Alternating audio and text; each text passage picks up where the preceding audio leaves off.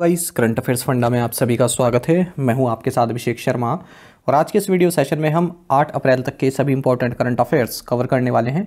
हमेशा की तरह आप इस वीडियो को अंत तक जरूर देखिएगा, आज भी आपको काफ़ी कुछ जानने के लिए मिलेगा। साथ ही गाइस, इस सेशन को शुरू करने से पहले आप सभी को बताना चाहूँगा कि हमने NICL AO और NISCL असिस्टेंट एग्जाम के लिए GA बूस्टर तैयार किया है। बेसिकली पिछले 6 महीनों की जितने भी करंट अफेयर्स हैं वो हमको MCQ फॉर्मेट में कैटेगरी वाइज और डिटेल्ड एक्सप्लेनेशन के साथ प्रोवाइड करा रहे हैं। तो आपको बता दें, इसमें हम आपको कैटेगरी वाइज क्विज भी प्रोवाइड करा रहे हैं। तो एक बार अगर आप हमारे करंट अफेयर्स पढ़ लेते हैं, उसके बाद फिर क्विज अटैम्प्ट करते हैं जो कि कैटेगरी वाइज हैं, यकीन मानिए आपका करंट अफेयर्स सेक्शन काफ़ी स्ट्रॉन्ग हो जाएगा। तो पिछली बार हमने एग्जाम में देखा कि science and technology, international current affairs, capital currency, insurance related questions, government schemes, award and और रामसर साइट्स या फिर स्ट्रेटेजी के आप कह सकते हैं, sports news, banking and finance news, appointments, इस तरह की कैटेगरी से क्वेश्चन पूछे गए थे। तो इससे भी ज़्यादा कैटेगरीज हमारे इस करंट अफेयर्स में शामिल हैं। एक बार आप केवल ये PDFs पढ़ लेंगे, कुछ और आपको पढ़ने की नीड नहीं होगी करंट अफेयर्स में। ठीक है, तो लिंक वीडियो के डिस्क्रिप्शन में या फिर फर्स्ट कमेंट में आपको मिल जाएगा। और कोई भी अगर आपका डाउट है हमारे इस PDF कोर्स से संबंधित तो कमेंट बॉक्स में आप अवश्य लिखिएगा। चलिए फिर करते हैं शुरुआत इस वीडियो सेशन की। सबसे पहले आज का क्वेश्चन देख लेते हैं हमेशा की तरह। इसका आंसर आपको अभी कमेंट बॉक्स में करना है। Who is the highest ranked Indian chess player at present? वर्तमान में सर्वोच्च रैंक वाले भारतीय शतरंज खिलाड़ी कौन है? ऑप्शंस देखते हैं। अर्जुन एरिगाइस, विदित गुजराती, कोनेरू हम्पी या फिर R प्रागनंदा। जल्दी से आंसर कर दीजिए, करा हुआ क्वेश्चन है और फिर उसके बाद हम आगे बढ़ते हैं। और इस तरह क्वेश्चन यदि आप प्रैक्टिस करना चाहते हैं तो मैं टेलीग्राम पर जरूर ज्वाइन करें। करंट अफेयर्स फंडा नाम से हमारा टेलीग्राम चैनल है।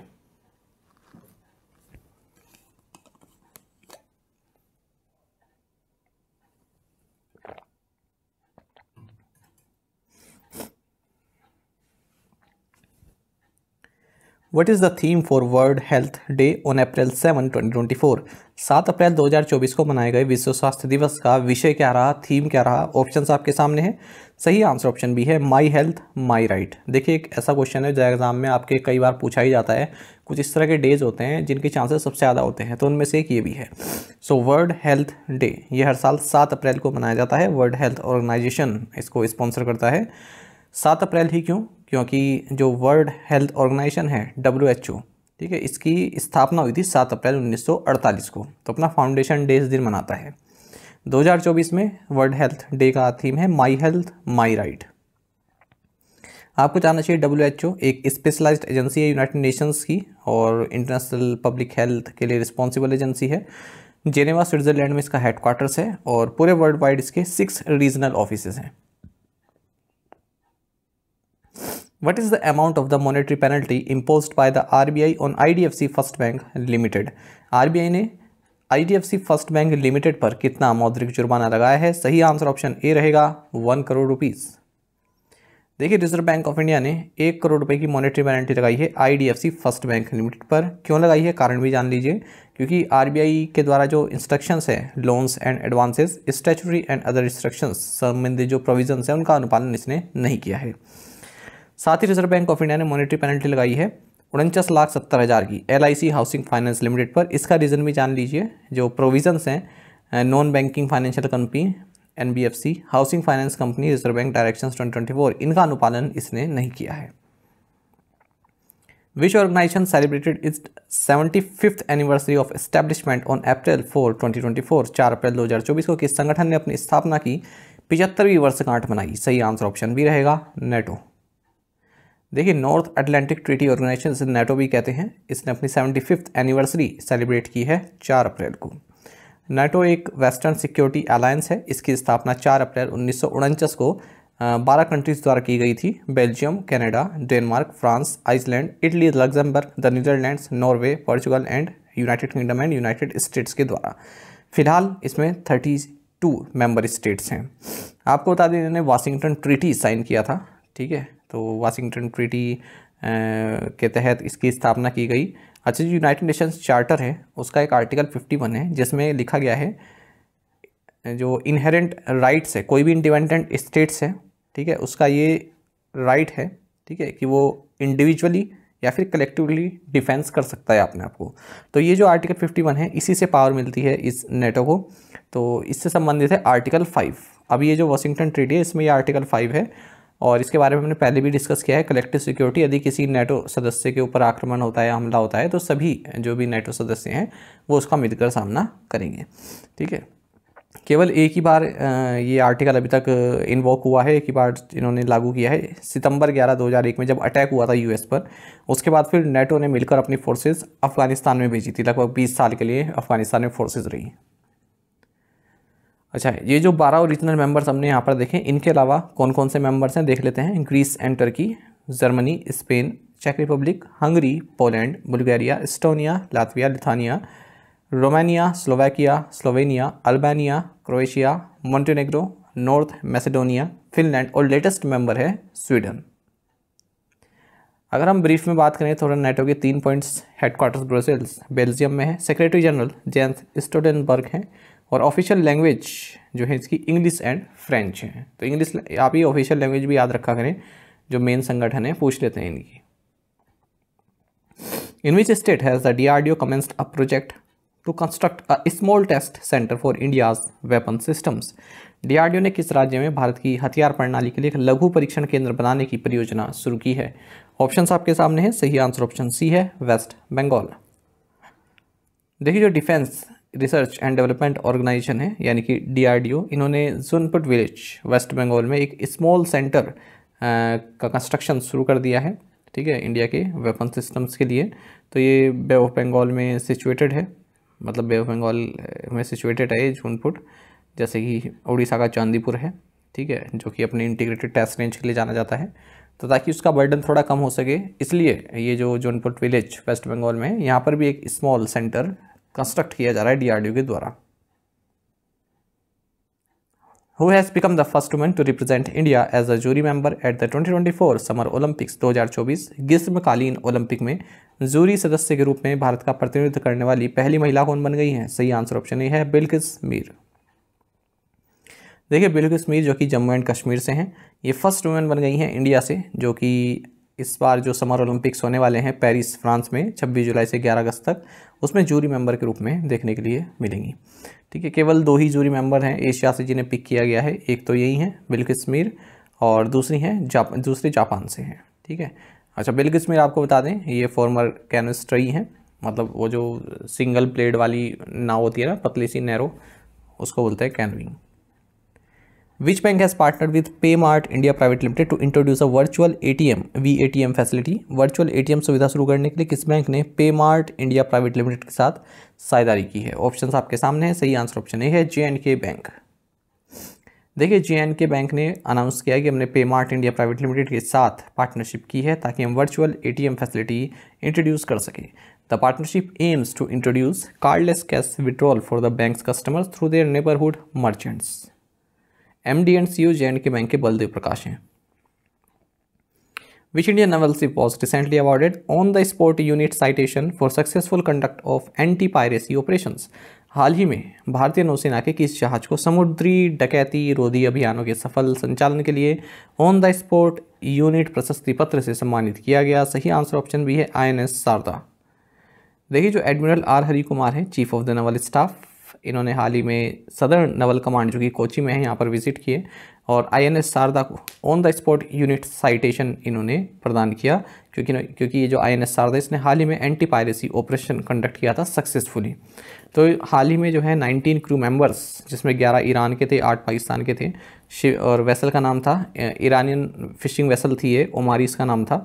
तो इसे जो है हॉस्टेज बना दिया था पायरेट्स ने सोमालिया के पास, तो इसको छुड़वाया था इन्होंने, जो INS शारदा में हमारे जो जाबाज रहे उन्होंने। वेयर वॉज द सागर कवच कोस्टल सिक्योरिटी एक्सरसाइज कंडक्टेड? सागर कवच तटीय सुरक्षा अभ्यास हाल ही में कहाँ आयोजित किया गया? सही आंसर ऑप्शन डी है, लक्षद्वीप आइलैंड्स। देखिए, 2 दिन की कोस्टल सिक्योरिटी एक्सरसाइज जिसका नाम सागर कवच है, ये हाल ही में जितने भी मैरीटाइम सिक्योरिटी एजेंसीज हैं उनके साथ मिलकर लक्षद्वीप आइलैंड्स में कंडक्ट किया गया। मार्च में मैंने देखा था कि इस तरह की एक सागर कवच नाम की एक्सरसाइज की गई थी केरल राज्य में। ठीक है, Which fintech platform has entered into a 2-year memorandum of understanding with the Singapore Tourism Board? किस फिनटेक प्लेटफॉर्म ने सिंगापुर टूरिज्म बोर्ड के साथ 2 साल का समझौता ज्ञापन पर हस्ताक्षर किया? सही आंसर ऑप्शन बी है, फोन पे। देखिए फिनटेक प्लेटफॉर्म फ़ोनपे और सिंगापुर टूरिज्म बोर्ड STB इन्होंने एक पार्टनरशिप साइन की है, एक मेमोरेंडम ऑफ अंडरस्टैंडिंग साइन किया है। इसके तहत आप सभी जानते हैं इंडिया और सिंगापुर के बीच जो UPI लिंकेज हुआ है, ठीक है। तो अब उससे क्या होता है, जो क्रॉस बॉर्डर ट्रांजेक्शन्स हैं वो UPI के थ्रू कर सकते हैं। तो अब जो फ़ोनपे और सिंगापुर टूरिज्म बोर्ड है, तो जो भी सिंगापुर टूरिज्म बोर्ड के तहत जिस तरह की चाहे ट्रैवल एजेंसीज़ हों या फिर बस बुकिंग हो, ठीक है, इन सब में जो है फ़ोनपे से अपना जो है पेमेंट कर सकते हैं, मतलब UPI के थ्रू कर सकते हैं फ़ोनपे को यूज़ करके। जो भी टूरिज्म हॉट स्पॉट्स हैं वहाँ पर कोई टिकट लेना हो या और कुछ करना हो तो आपको जो है फ़ोनपे से पे कर सकते हैं। Who has been appointed as a chairperson of the Internal Departmental Committee dealing with the protection of forest in Delhi? Delhi में वनों की सुरक्षा से संबंधित आंतरिक विभागीय समिति का अध्यक्ष किसे नियुक्त किया गया? सही आंसर ऑप्शन बी है जस्टिस नाजमी वजीरी। देखिए दिल्ली हाई कोर्ट ने फॉर्मर जस्टिस नाजमी वजीरी को चेयरपर्सन नियुक्त किया है। इंटर डिपार्टमेंटल कमेटी जो सिटी ऑफिशियल्स है ना दिल्ली में, तो उनकी जो इंटरनल डिपार्टमेंट कमेटी है जिसको ये दायित्व दिया गया है कि दिल्ली में जो फॉरेस्ट प्रोटेक्शन के लिए, तो उनकी कमेटी का हेड बनाया गया है नाजमी वजीरी को। इन्हीं क्यों आपको बता दें, इन्हें ग्रीन जज ऑफ दिल्ली भी कहते हैं। तो अपने कार्यकाल के समय इन्होंने जो है जो लिटिगेंट्स हैं उनको, मतलब अगर टोटल लिटिगेंट्स मिलाकर देखें तो 3.7 लाख ट्रीज़ अलग अलग केसेस में कहा था प्लांट करने के लिए, ठीक है, इसलिए इन्हें ग्रीन जज वो बोलते हैं। Which company won award for creating social development and impact at the 15th CIDC Vishwakarma awards 2024? 15वें CIDC Vishwakarma पुरस्कार 2024 में किस कंपनी ने सामाजिक विकास और प्रभाव निर्माण के लिए पुरस्कार जीता? सही आंसर ऑप्शन बी है SJVN। देखिए SJVN लिमिटेड ने 2 प्रेस्टिजियस अवार्ड जीते हैं 15th CIDC विश्वकर्मा अवार्ड्स 2024 में, जिसे इंस्टीट्यूट किया गया है कंस्ट्रक्शन इंडस्ट्री डेवलपमेंट काउंसिल के द्वारा। तो यहाँ पर 2 अवार्ड्स कौन से हैं? एक तो है achievement award for creating social development and impact, दूसरा है CIDC partners in progress trophy. SJVN के chairperson managing director Geeta Kapoor हैं। अच्छा, एक और अवार्ड देख लेते हैं। Principal of Kalindi college Delhi university professor Meena Chanda, ठीक है, इन्हें इंटरनेशनल कल्चर अवार्ड 2024 दिया गया है, जो एजुकेशन एंड सोशल सर्विस के फील्ड में जो इन्होंने कार्य किया है उसके लिए। How many Indians were recognized as young global leaders by the World Economic Forum for 2024? विश्व आर्थिक मंच द्वारा 2024 के लिए कितने भारतीयों को युवा वैश्विक लीडर्स के रूप में शामिल किया गया? सही आंसर ऑप्शन सी है 4। देखिए शाश्वत गोयनका, अद्वैत नायर, अर्जुन भारतीय, प्रिया अग्रवाल हेबर, ये वो 4 इंडियंस हैं जिन्होंने हाल ही में वर्ल्ड इकोनॉमिक फोरम्स की जो list of young global leaders है 2024 की, उसमें शामिल किया गया है। वर्ल्ड इकोनॉमिक फोरम की एक लिस्ट आती है यंग ग्लोबल लीडर्स, तो उसमें शामिल किया गया इन 4 भारतीयों को। टोटल 90 लोगों को पूरे वर्ल्ड से इसमें शामिल किया गया है जिनकी एज 40 ईयर्स से कम है, ठीक है। और आपको बता दें वर्ल्ड इकोनॉमिक फोरम द्वारा सबसे पहले इस लिस्ट की शुरुआत 2004 में हुई थी। तो अलग अलग क्षेत्र के लोग इसमें शामिल किए जाते हैं, जैसे politics, business, civil society, arts, academia. What is the name of the district in Gujarat where the 5200-year-old Hadappan settlement was recently discovered? Gujarat के उस जिले का नाम क्या है जहां हाल ही में 5200 साल पुरानी हड़प्पा बस्ती खोज की गई? सही आंसर ऑप्शन बी है कच्छ। देखिए हाल ही में आर्कोलॉजिस्ट ने, जो कि केरल यूनिवर्सिटी के हैं, इन्होंने 5200 साल पुरानी हड़प्पन सेटलमेंट को अनर्थ किया है पड़ता बेट में, जो कि लगभग 1.5 किलोमीटर दूर है जूना खाटिया से, जो कि एक हड़प्पन साइट रह चुकी है कच्छ डिस्ट्रिक्ट गुजरात में। तो यहाँ पर जो आर्कोलॉजिस्ट हैं इन्होंने skeleton, pottery artifact, animal bones, semi precious stone beads, ठीक है, और भी terracotta, spindle whorls, copper, lithic tools, ये सब इन्होंने प्राप्त किए हैं। इसी तरह का एक और करंट अफेयर देख लेते हैं। तेलंगाना के डिपार्टमेंट ऑफ हेरिटेज ने हाल ही में कॉइन होर्ड को जो है अनर्थ किया है, मतलब कई सारे कॉइन्स मिले हैं घड़े टाइप में फानीगिरी में, जो कि सूर्यापेट डिस्ट्रिक्ट में है, जो कि एक बुद्धिस्ट हेरिटेज साइट है हैदराबाद के पास। और आपको बता दें इसमें एलिफेंट सिंबल भी है आगे की साइड में, उज्जैन सिंबल है पीछे की साइड में, और बताया जा रहा है कि इक्ष्वाकु पीरियड से ये संबंधित है coins. Which institution developed the optitrope platform? किस संस्थान ने ऑप्टीट्रोप प्लेटफॉर्म विकसित किया है? ऑप्शंस आपके सामने, सही आंसर ऑप्शन डी है centre for cellular and molecular platforms, C CAMP. देखिए centre for cellular and molecular platform, C CAMP, ये बेंगलुरु में है। इसने हाल ही में एक प्लेटफॉर्म डेवलप किया है जिसके चलते जो सिंगल सेल्स की स्टडी करना है वो काफ़ी ईजियर हो गया है और चीपर हो गया है। इसे बोला गया है प्लेटफॉर्म को ऑप्टी ड्रॉप, ठीक है। और डायग्नोस्टिक और थेराप्यूटिक्स, एग्रीकल्चर, एनिमल हेल्थ में इसकी एप्लीकेशंस हैं सिंगल सेल स्टडी की। अच्छा, एक टर्म आती है फ्लो साइटोमेट्री। इसका मतलब होता है कि इस तरह का एक टेस्ट जिसके तहत हम सेल्स या फिर पार्टिकल्स की जो कैरेक्टरिस्टिक्स हैं उनको एनालाइज करते हैं, ठीक है। जो ये फ्लो साइटोमेट्री है, इसमें जो सेल्स हैं या फिर पार्टिकल्स हैं ये फ्लूइड में सस्पेंडेड रहते हैं, फिर उनको मशीन में इंजेक्ट किया जाता है जिसके जरिए उन सेल्स को फिर एनालाइज किया जाता है। आपको बता दें फिलहाल जो ये साइटोमीटर्स होते हैं जो कि इस तरह की स्टडी करते हैं, ये लगभग 40 लाख रुपए तक कॉस्ट कर सकते हैं, लेकिन अब ऑप्टीट्रॉप सेटअप किया जा रहा है तो लगभग 10 लाख रुपये इसमें लगेंगे। What is the repo rate as decided by the Monetary Policy Committee of the RBI which met from April 3rd to 5th? भारतीय रिजर्व बैंक की मौद्रिक नीति समिति की 3 से 5 अप्रैल तक हुई बैठक के अनुसार रेपो दर क्या है? सही आंसर ऑप्शन सी है, 6.5%।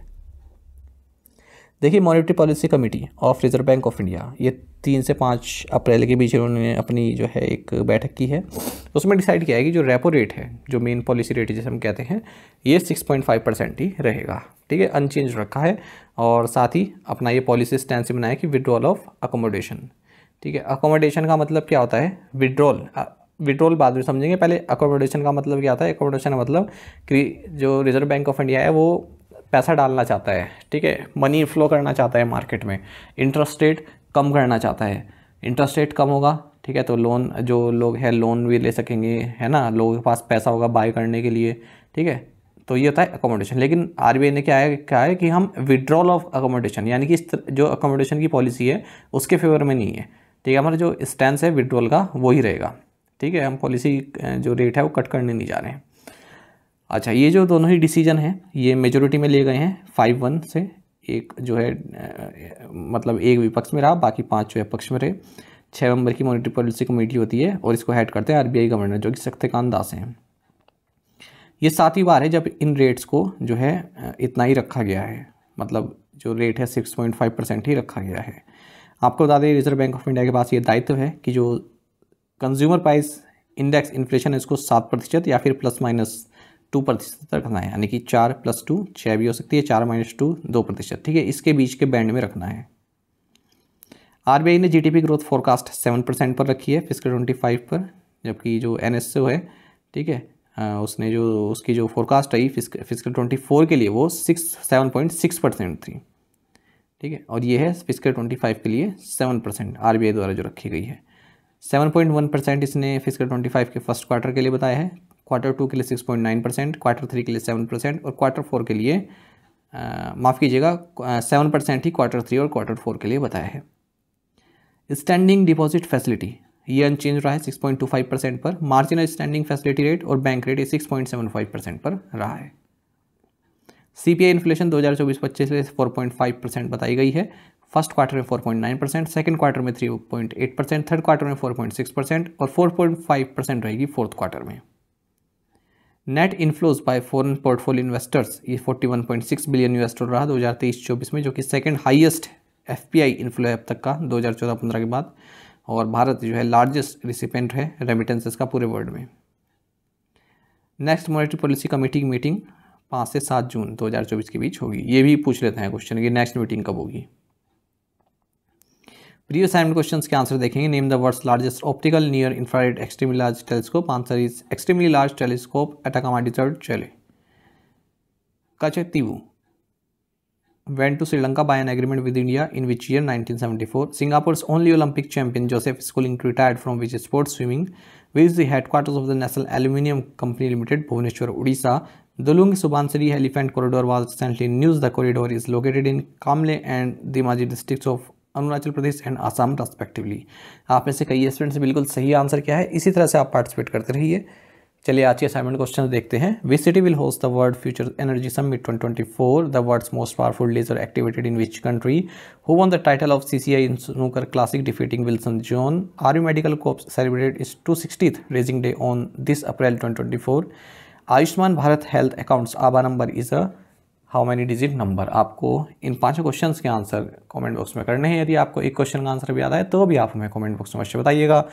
ज़्यादा से ज़्यादा संख्या में पार्टिसिपेट करने की कोशिश किया कीजिए, ये आपसे रिक्वेस्ट रहती है। पार्टिसिपेट आपका बहुत ही कम होता जा रहा है, अब तो केवल 3-4 एस्पिरेंट ही केवल आंसर करते हैं जो पहले से करते आ रहे हैं। तो ऐसा मत कीजिए, जितने भी लोग देख रहे हैं कोशिश कीजिए कि एक क्वेश्चन का आंसर तो आप कर ही दें। साथ ही करंट अफेयर्स फंडा को आप टेलीग्राम पर भी ज्वाइन कर सकते हैं। यहाँ पर रेगुलर वीडियो अपडेट्स और करंट क्विज हम आप सभी के लिए डालते रहते हैं। साथ ही डिस्कशन ग्रुप में आप किसी भी क्वेश्चन का सोल्यूशन पा सकते हैं। दोस्तों, हमारे करंट अफेयर्स की प्लेलिस्ट दी गई है, इसको आप जरूर देखें। अपने दोस्तों के साथ, फेलो एस्पिरेंट के साथ हमारे करंट अफेयर्स को आप शेयर जरूर करें। आज का ये सेशन आपको कैसा लगा आप कमेंट बॉक्स में अवश्य बताइएगा। Thank you guys.